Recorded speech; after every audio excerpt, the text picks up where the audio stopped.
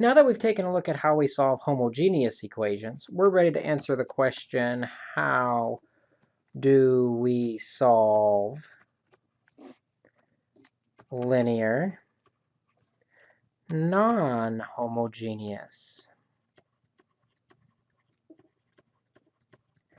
differential equations with constant coefficients?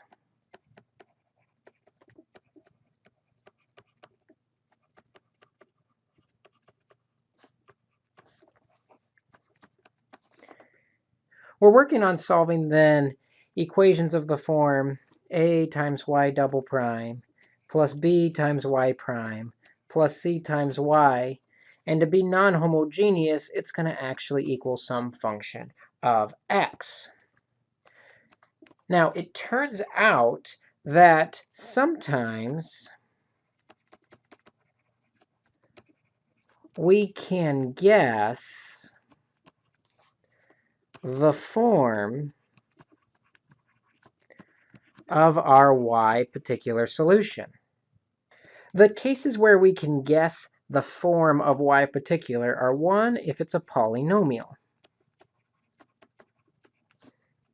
For example, if f of x, what the linear non-homogeneous differential equation equals, if f of x is 2x squared plus 3. I might guess that y particular has a similar setup. It's going to be something to the second power, maybe ax squared. Of course, we have to account for every exponent of x counting down, so I would guess ax squared plus bx plus c. And then if we could find those undetermined coefficients a, b, and c, we would have our general form of the particular solution. We can also guess the form of an exponential if the function that the differential equations equals was maybe 5e to the 3x. Then I would guess y particular is going to have a different coefficient, but it's probably e to the 3x. If we had either sines or cosines, we could also guess the form of the particular solution. Let's say f of x was equal to 2 cosine of 4x. Then I would guess y particular would also be some undetermined coefficient involving cosines.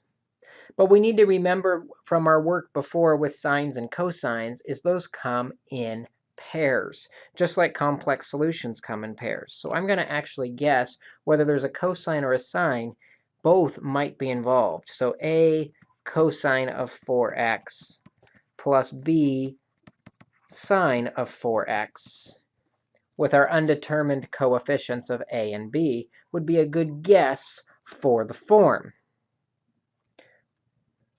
And then once I have my particular solution, we already know from our theory video that y is equal to the complementary solution plus the particular solution.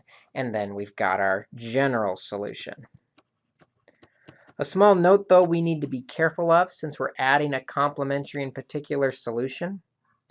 Y particular must be linearly independent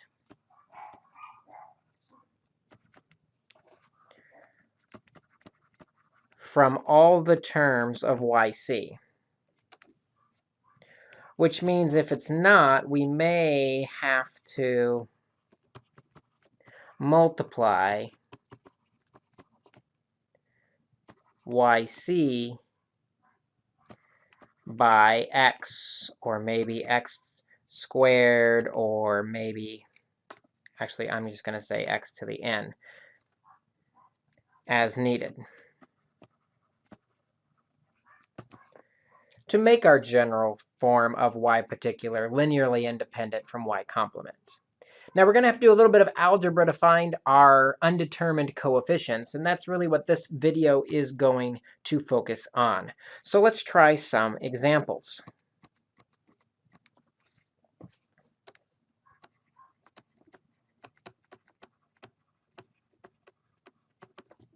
Let's first try y double prime minus 3y prime minus 4y is equal to 3x plus 2. We're first going to work on solving the homogeneous case so we can find y complement. The homogeneous case would look at m squared minus 3m minus 4 equals 0, which factors nicely to m minus 4 times m plus 1 equals 0, which gives us the nice solutions for m of 4 and negative 1. And we know at this point that y complement would be c1 e to the 4x plus c2 e to the negative x. That's what we did in our prior video. Now we're going to add the extra step to guess the form of y particular based on our f of x function. Because I have a polynomial of degree 1, I would guess my particular solution is also a polynomial of degree 1. So we're going to guess ax plus b. Well, to figure out what a and b are, we're going to plug them into the original equation, which involves second derivatives. So we're going to take the first derivative of y particular, which is a, and the second derivative of y particular, which is 0. Then I'm going to use the coefficients of 1, -3, and -4 that came from my original problem. Y double prime needs to be multiplied by 1, y prime needs to be multiplied by -3, and y needs to be multiplied by -4. So I'm going to make that multiplication on both sides. As I do this, I'm going to organize my terms based on what they're related to. We're focusing on the coefficients. So we have some of these terms that have an x on them, and some of these terms are constant terms. I'm going to organize them here in a column to help me out as I do that.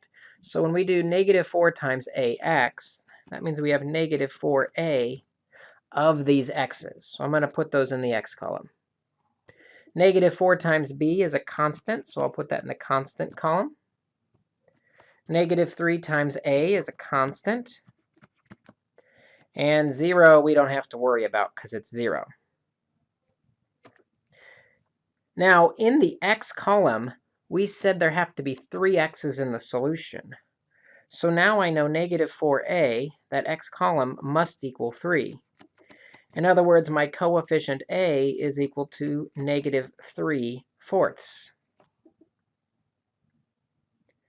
Similarly, my constant column, which adds to -3a minus 4b, needs to equal the constant from my equation, which in our case is 2. Well, we already know what a is. It's -3/4, which gives me 9/4 minus 4b equals 2. I'm going to get a common denominator and call 2 8/4. So that when I subtract 9/4, we get -1/4, and divide to get b is positive 1/16. Now I know the exact form of my y particular. My y particular was ax plus b.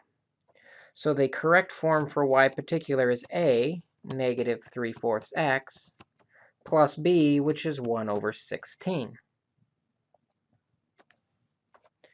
And I can combine it all together, y complement plus y particular, to get my y general solution for the differential equation. Y is equal to c1 e to the 4x plus c2 e to the -x, the complementary, plus the particular, which is -3/4 x plus 1/16.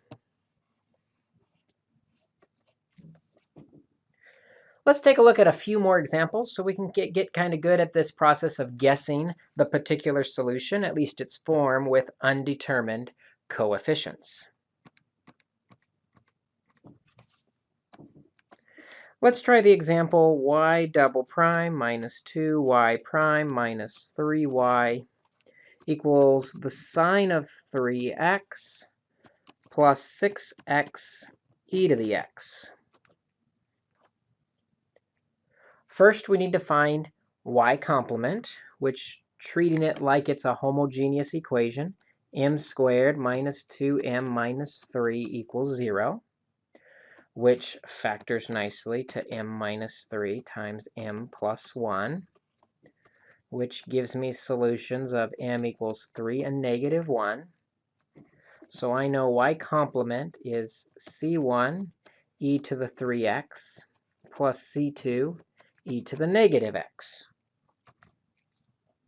Okay, now we're going to guess the form of y particular. Here you notice y particular has a sign and an x e to the x. We're going to have to address both of those in y particular. Signs always come in pairs with sines and cosines. So I'm going to guess y particular is a cosine of 3x plus b sine of 3x. For the 6x e to the x part, I'm going to guess the coefficient c also with the x e to the x. Now I need to be careful. If you remember, x e to the x comes from having an extra term of e to the x that we had to make linearly independent by multiplying an x in there. That same logic is going to apply that there might be a d with just the e to the x. So we have to make sure we count down all of the exponents on y particular, which means the algebra here is going to be a little more involved, but the process is still exactly the same. First derivative of y particular is negative 3a sine of 3x plus 3b cosine of 3x plus, we have a product rule here, c e to the x plus cx e to the x plus d e to the x. And y particular double prime is equal to negative 9a cosine of 3x plus 9b, oops, not plus, minus, sine of 3x plus c e to the x plus a product rule, which gives us another c e to the x plus cx e to the x plus d e to the x.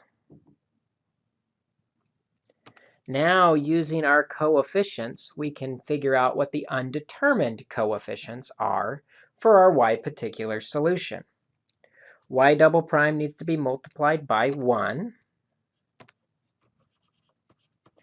I'll multiply by 1 on both sides.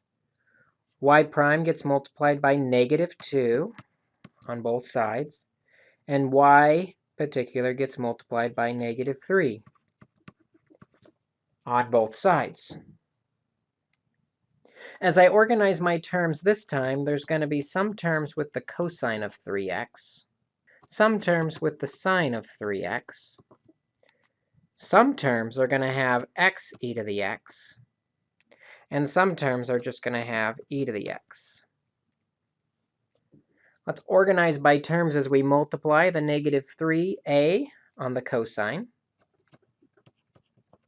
Then I've got negative 3b on the sine. Then I have negative 3c on the x e to the x. And I've got negative 3d on the e to the x.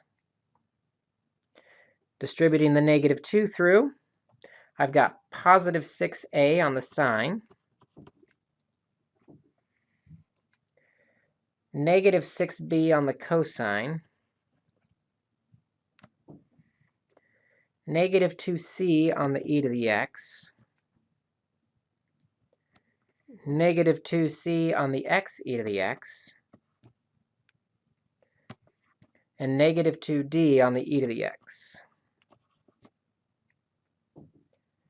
Now distributing the 1 through, we've got negative 9a on the cosine,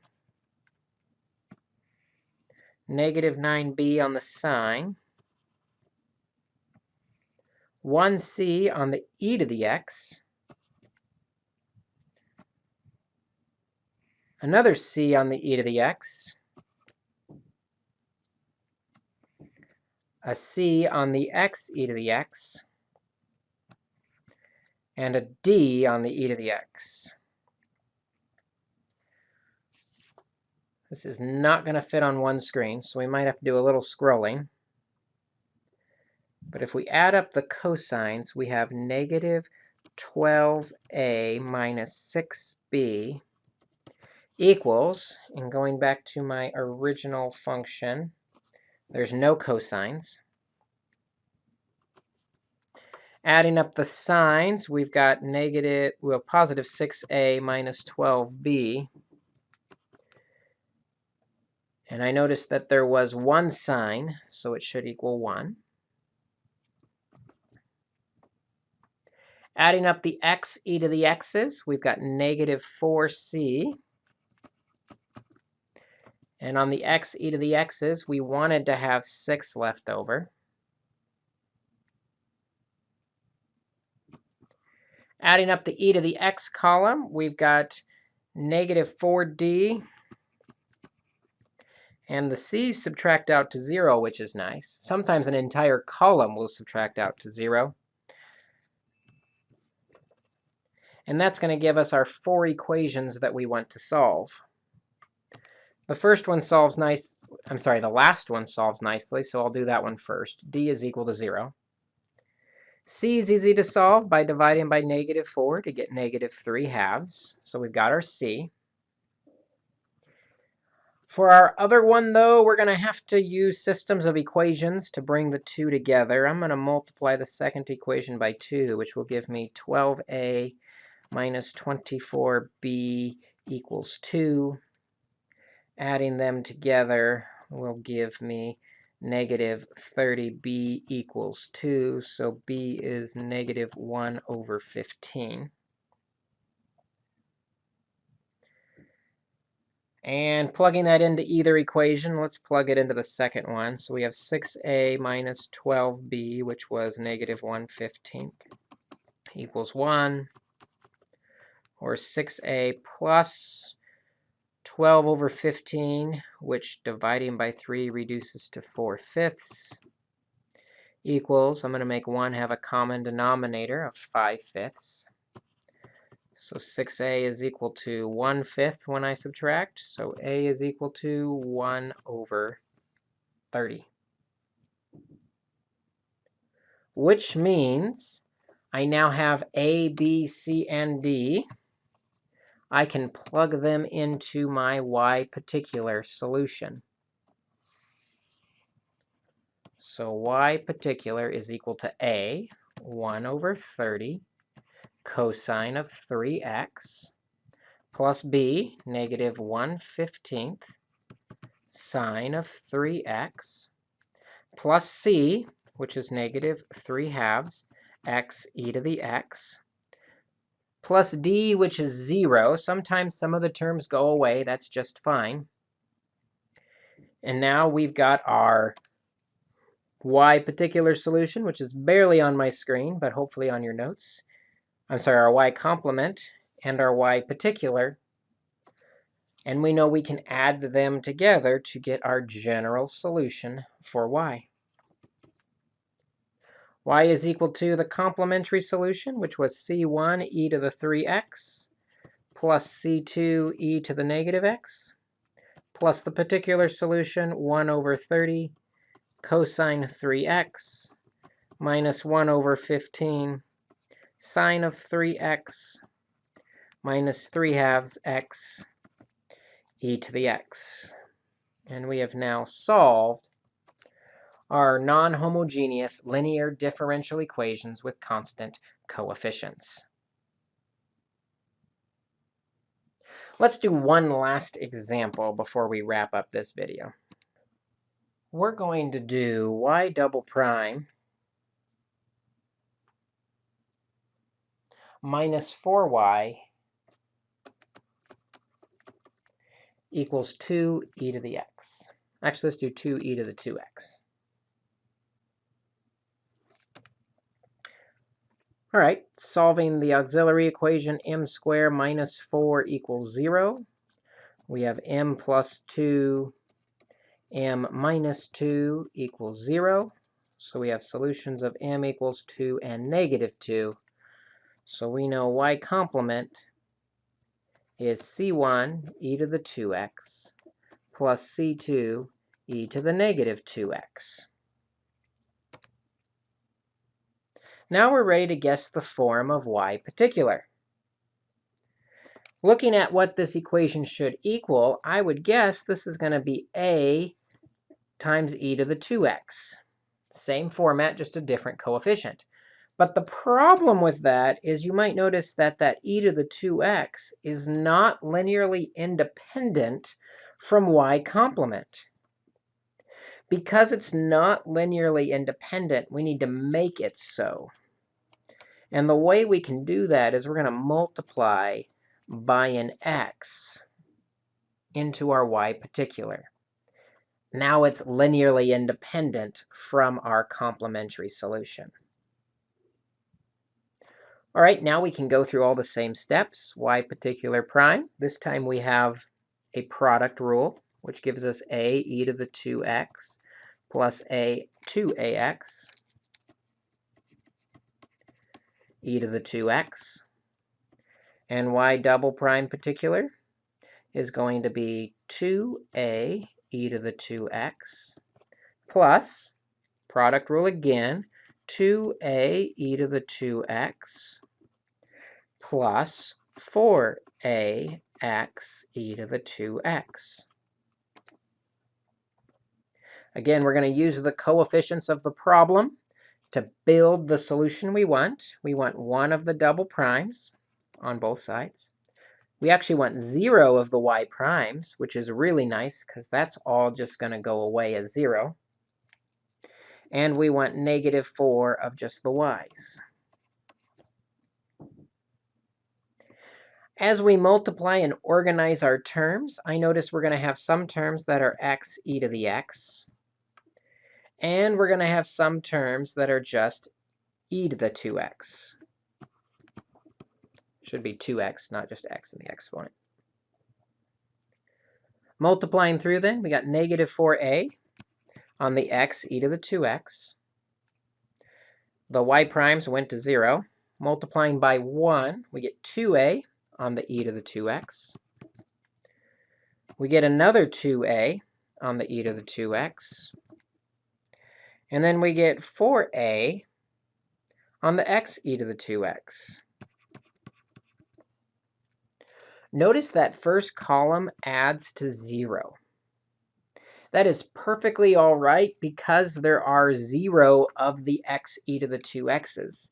So 0 equals 0 is a true equation. It's just completely useless to us as we try and solve for our particular solution. That's going to come from the other column. 2a plus 2a is 4a. And that needs to be equal to, notice my original equation requires us to have 2 of these e to the 2x's. Dividing both sides by 4, and a is equal to 1/2. Now that we have our a, we're ready to actually fill in our particular solution. Y particular is equal to a, which is 1/2 x e to the 2x. Now we've solved for y complement and y particular. We're ready to put them together to get our general solution of y. Complementary solution c1 e to the 2x plus c2 e to the negative 2x plus the particular solution 1/2 x e to the 2x. At this point, if we had initial conditions, we could go back and solve for c1 and c2 at the end, but we've done a lot of that already, so I'll let you work on that on the practice assignment itself. Good luck on the homework assignment, and in our next video, we're going to take a look at what we can do if we cannot guess the form of the particular solution.